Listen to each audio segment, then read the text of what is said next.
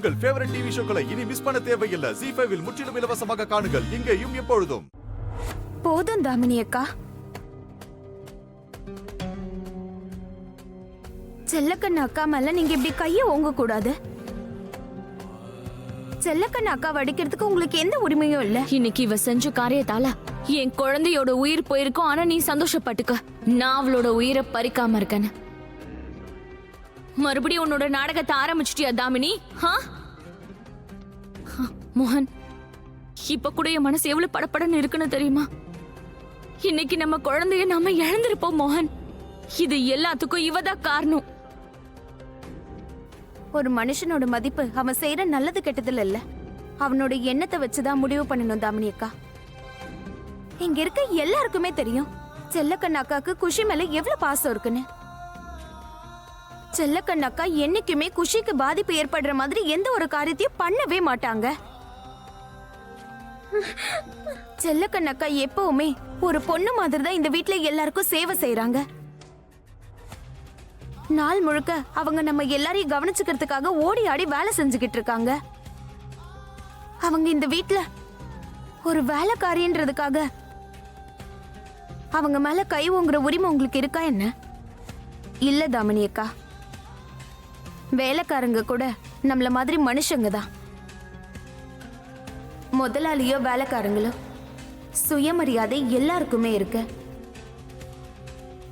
மோகனையா, செல்லக்கண்ண அக்கா செஞ்ச விஷயம் மன்னிக்க முடியாததுன்னு உங்களுக்கும் தோணுச்சுன்னா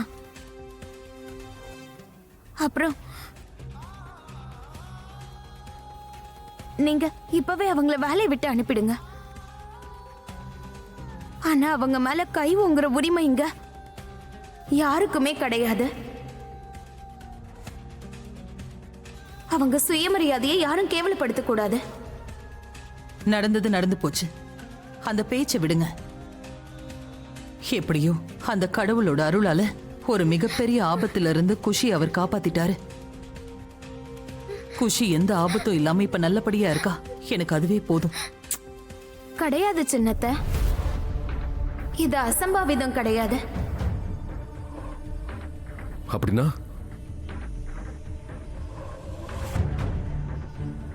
ரிஷி இந்த வீட்டுக்குள்ள வந்த விதம், குஷி போர்வெல்குள்ள விழுந்தது, நான் கடத்தப்பட்டது, இது எதுவுமே எதிர்ச்சியா நடக்கல. அதே மாதிரிதான் இன்னைக்கு இப்படி நடந்திருக்குன்னா இதுவும் நிச்சயமா எதிர்ச்சியா நடக்கல.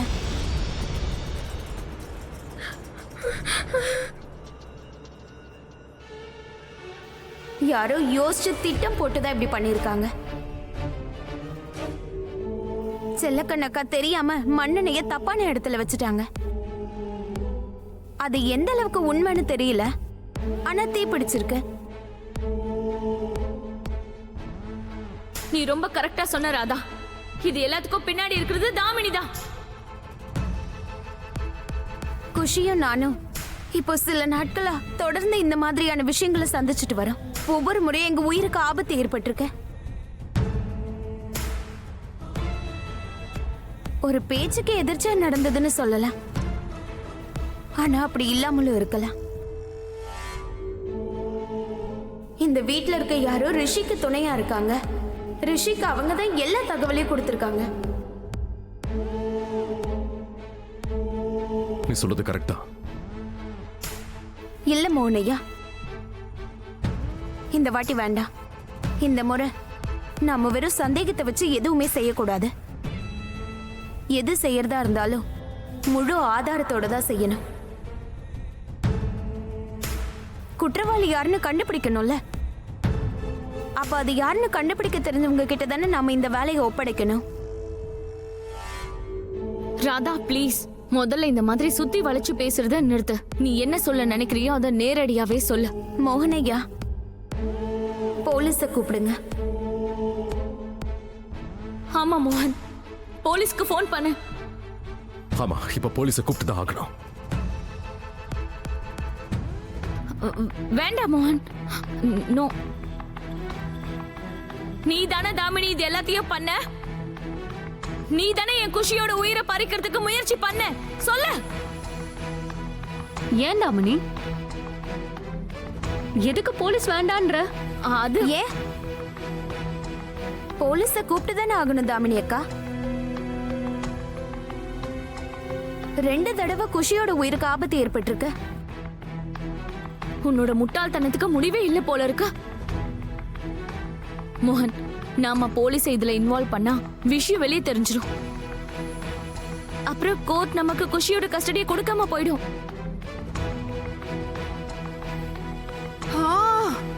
என் பொண்ணு சொல்றது சரிதானே? இவ சொல்றதும் கரெக்ட் தானே? இல்ல மோகன், இவ பேச்செல்லாம் கேட்காத, இவ போய் சொல்றா. ஒருவேளை இந்த விஷயம் வெளியே போச்சுன்னா நேத்து வீட்டுக்கு வந்திருந்த அந்த சைல்டு வெல்ஃபேர்காரங்க குஷி இங்க சந்தோஷமா இருக்கான்னு பார்த்துட்டு போயிருக்காங்க. ஆனா இந்த விஷயம் தெரிஞ்சதுன்னா அவங்க முடிவை மாத்திப்பாங்க. ஆனா மோகனையா, வேண்டாம் ராதா, இந்த விஷயத்தை நம்ம பெருசாக்க வேண்டாம். அது குஷிக்கு நல்லது கிடையாது. இது எல்லாமே என்னோட தப்புதான். நான் தான் அந்த கேனை மேல வச்சு தொலைச்சிட்டேன். தயவு செஞ்சு என்ன மன்னிச்சிருங்க மோகன் அண்ணா. நான் தப்பு பண்ணிட்டேன். எல்லாரும் என்ன மன்னிச்சிருங்க. செல்லக்கண்ணு, இந்த விஷயத்தை இதோட முடிச்சுக்கிறது தான் நல்லது. ஆனா இப்ப நான் சொல்ற விஷயத்தை மட்டும் நீ கவனமா கேட்டுக்கோ. இன்னைக்கு ஏதோ தப்பு நடந்துருச்சுன்னு விட்டுறலாம். ஆனா இன்னொரு முறை இந்த மாதிரி ஒரு தப்பு நடந்ததுன்னா ஒரு நிமிஷம் கூட யோசிக்க மாட்டேன், உன்னை வெளியில அனுப்பிடுவேன். அம்மா, தாமினி போய் சொல்ற, அவ பேச்ச நம்பாதீங்க. நான் சொன்னது புரிஞ்சுதா இல்ல மறுபடியும் சொல்லணுமா?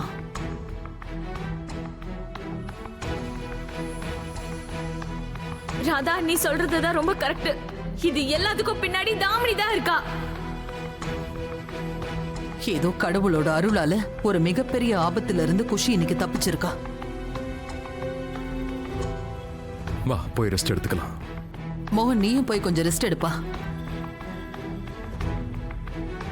குஷி நல்லபடியா உயிர் பொழைச்சதுக்காக ஏழை ஜனங்களை எல்லாம் கூப்பிட்டு அவங்களுக்கு வயிறார சாப்பாடு போட்டு அன்னதானம் கொடுக்கணும். ராதா, வலிக்குது. அச்சச்சோ, ராதா, உன்னோட கை எப்படி எரிஞ்சிருக்குன்னு பாரு. எல்லாம் என்னாலதான். அப்படிலாம் இல்ல செல்லக்கண்ணக்கா, நான் நல்லா இருக்கேன்.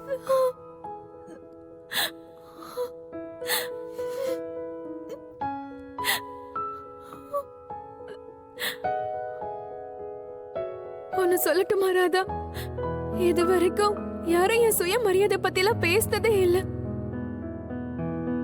எனக்கு ரொம்ப சந்தோஷமா இருந்துச்சு. வேலைக்காரியெல்லாம் யார் மனுஷியா பாக்குறாங்க? வாய்க்கு வந்ததெல்லாம் பேசிடுவாங்க, தோணுச்சுன்னா பலார்னு அரைஞ்சிருவாங்க. ஆனா ராதா, உண்மையா சொல்லணும்னா நான் இதெல்லாம் வேணும்னே ஒண்ணும் பண்ணல. அது அந்த மன்னனை எப்ப எனக்கு வேணும்னு வர வச்சேன்னு கூட எனக்கு ஞாபகம் இல்ல. ஜீ5 ஆப்பை டவுன்லோட் செய்து அனைத்து எபிசோடுகளையும் இலவசமாக பாருங்க.